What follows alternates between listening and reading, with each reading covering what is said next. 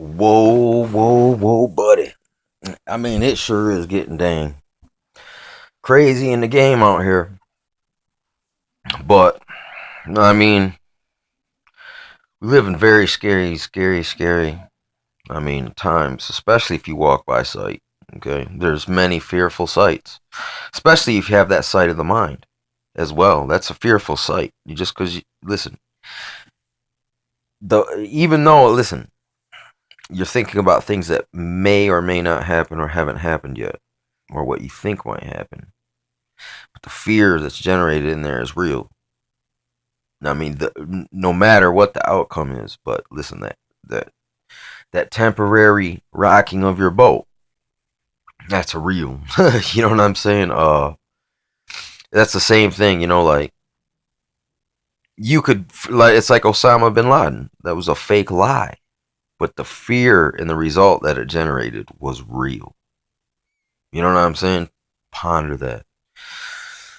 But anyway, it's like okay, there's references in the Bible that don't speak good for mankind as far as like living up to some certain biblical understandings, man. It just says basically, it says, if basically it says if the righteous scarcely be saved, what then does that say about the wicked? You know what I'm saying? Doesn't sound good. You know what I'm saying? It also says, God spared not the angels that sinned. You know what I'm saying? But, preserve them in everlasting chains of darkness. In the time of Noah, only 8 souls were saved. See, those animals, that right there, animals don't have souls, they have spirit. But since God breathed into man, we are a living soul. That's when we became a living soul. You know what I'm saying? So, no, animals, I guess, don't have a soul. They do have a spirit. You know what I'm saying? Maybe they have an essence, but it's different than man's. Man's special. We're given some. That's why the angels try to mingle with us. You know what I'm saying? And the devil likes to mingle with us. Though he don't really need us, he can bypass us, but he will take our worship. You know what I'm saying? If we want to just offer it, he'll take it. You know what I'm saying? You don't need it. You don't have to take it. He'll take it. You know what I'm saying? Too. But it's dang staying crazy out here, man. It's getting late in the game. These are not good signs. It's not good warnings. Uh, you know, they're just little reminders over and over and over and over and over again. You know what I'm saying? But there's also descriptive terms that need to be. It's like basically one of my buddies pointed this out to me. He said basically the cup of the cup of God's wrath. The cup of God's wrath is being filled by the evildoers' evil deeds, and there's going to be a point where it fills, and then basically God makes them drink of their own cup. You know what I'm saying? Of the blood of the saints. You know what I'm saying? You know, that's it's pretty scary. So I mean, we're on time lock until man totally wants to go totally exceedingly evil, no good, constantly thoughts of nothing but evil. That's what it was like in the times of Noah. So when they say that, listen, God's this evil, mean guy that just wipes people out for no reason. No, I mean he tells you it's like, look. And here's another thing. Even if these guys were evil, they were dumb and just arrogant too. Because look, Noah told these guys for 120 years, look, judgment's coming. Uh, look, you better get right with God. You know what I'm saying? Repent. He was a preacher of righteousness, is what it says in Jasher and Genesis and in other books. You know what I'm saying? But Noah was a preacher of righteousness. He's the you know, that's why he was picked for this particular mission. Only 8 people were saved out of the whole. I mean, at the time, there may not have been as many people here as now, but basically, I mean, it's not just because the people. There's a reason why they were evil too. There was tampering. It's like basically if the aliens. I mean, this is really kind of one way you could explain it. Even though I don't think angels are supposed to be alien in the sense that when they took the daughters of men as their wives, that was an alien thing. If they would have maintained where they were supposed to be at, they wouldn't have been aliens.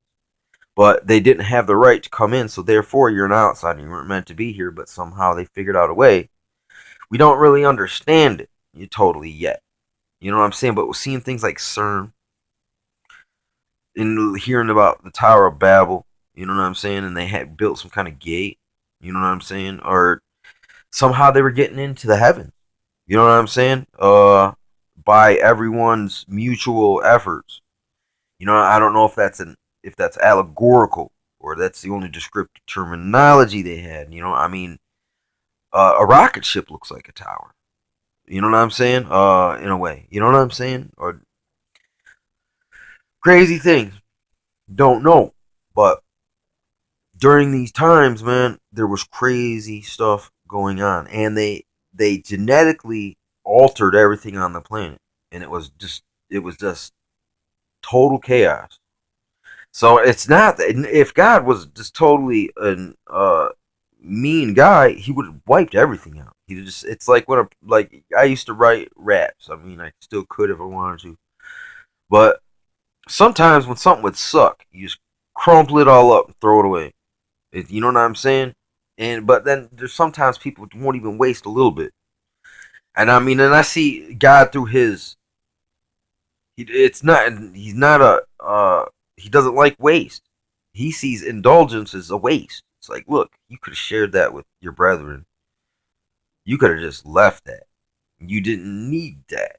It's a waste. You know what I'm saying? It's weird. I mean, there's indicators of that. He doesn't like it. You know what I'm saying? Missing your mark. It's a waste of time. It was a waste of your efforts. You didn't accomplish what you were supposed to or what you could have. So I mean, and God doesn't. It's not.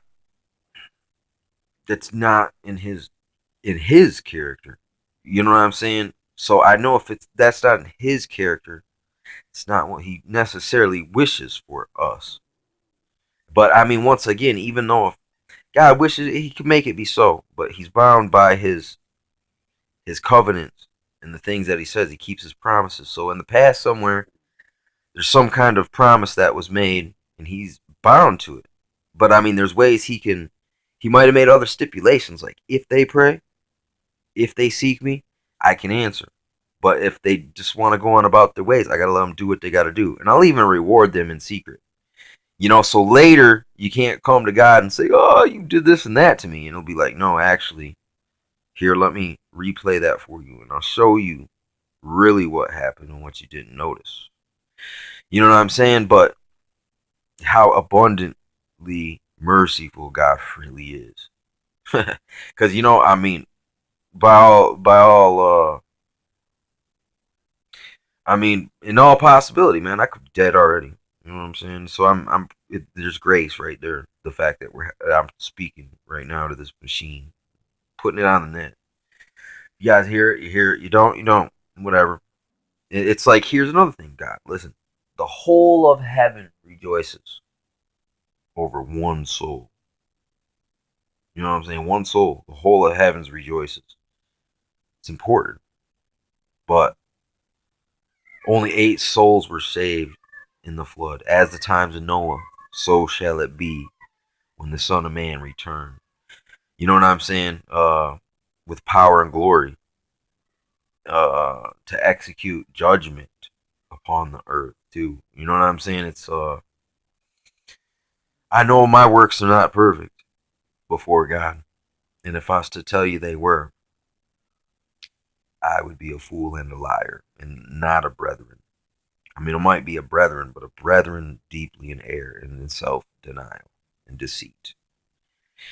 And I mean, in a way, when people do reach out like that on accident and just blurt out like what's what's really going on inside. I mean, I guess sometimes they're reaching out for someone to be like, "Hey, man, what's going on?" You know what I'm saying? It's like sometimes I learn more from from someone who is not a yes man. Don't agree with everything I say. If I'm talking out if I'm just blowing smoke, bro, shut it down, man. Don't take it. I'll respect that. I'll be like, all right, look, I didn't realize, man, I was doing it. You know what I'm saying? So I'm glad that you brought it to my attention. No, I'm not mad at you. But I mean, if a person's just trying to be contentious with you because they can, sometimes it's best to not be entangled. It's just like, I mean, if you listen to Jesus when he gets apprehended, man, I mean, he's not passive, but he's not aggressive, and everything is just it's perfect. It's everything. Every question is answered with a question. You know what I'm saying? It's like, and the dude was not in there. No one could find him in there. But the situation had him condemned to death. Like I see them promoting. Jesus wanted to die.